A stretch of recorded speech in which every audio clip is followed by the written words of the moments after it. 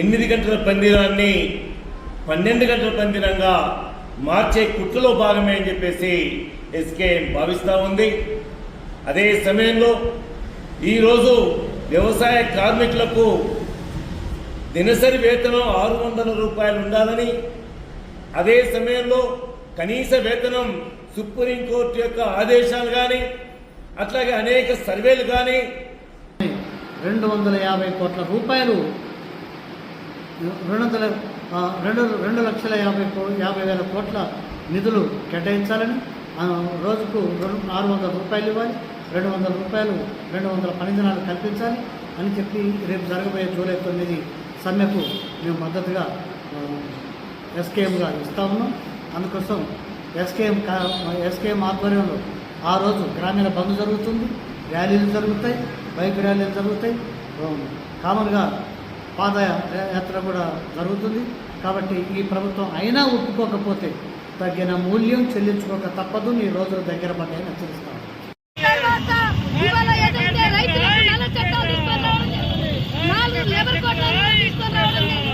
ఈ లేబర్ కోడ్లను రద్దు చేయాలి, 29 చట్టాలను పునరుద్ధరించాలనేదే డిమాండ్లతోటి కొనసాగుతుంది.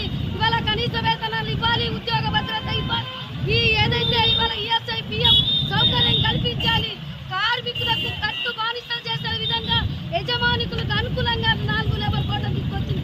కార్పొరేట్లకు ఊడిగం చేస్తూ ఉంది, విద్యా వైద్యాన్ని ఇవాళ ప్రైవేటీకరణ చేస్తూ ఉంది, జాతీయ సంపద తీసుకొని పోయి ఇవాళ తాకట్టు పెడుతూ ఉంది. ఈ విధానాలకు వ్యతిరేకంగా, మోడీ చేసే విధానాలకు వ్యతిరేకంగా జూలై 9న యావత్ ప్రపంచం మొత్తం, దేశం మొత్తం సమ్మెలో ఉంటారు. ఈ సమ్మెలో నిజామాబాద్ జిల్లాలో కార్మికులు, ప్రజలు అందరూ పాల్గొని విజయవంతం చేయాలని విజ్ఞప్తి చేస్తున్నాం.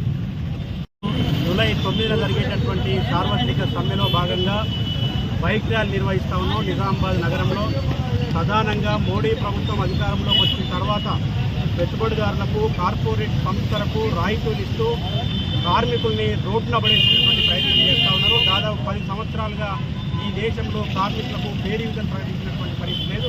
ఇవాళ కార్మికులు 105 సంవత్సరాలుగా పోరాడి సాధిస్తున్నటువంటి 44 చట్టాల్లో 29 చట్టాలని రద్దు చేసి 4 కోట్లుగా తీసుకొచ్చి యజమానులకు హక్కులు కల్పించేటటువంటి పద్ధతుల్లో కేంద్ర ప్రభుత్వం కోట్లు తీసుకొస్తా ఉన్నది. కాబట్టి వాటిని ఉపసంహరించుకోవాల్సిందిగా మేము డిమాండ్ చేస్తూ ఉన్నాం. లేకపోతే కనుక ఖచ్చితంగా మే 9 నాడు కోట్లాది మంది కార్మికులు రోడ్డు మీదకి వస్తూ ఉన్నారు.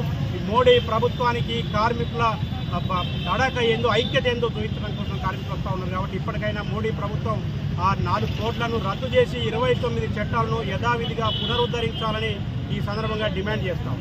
Thank you.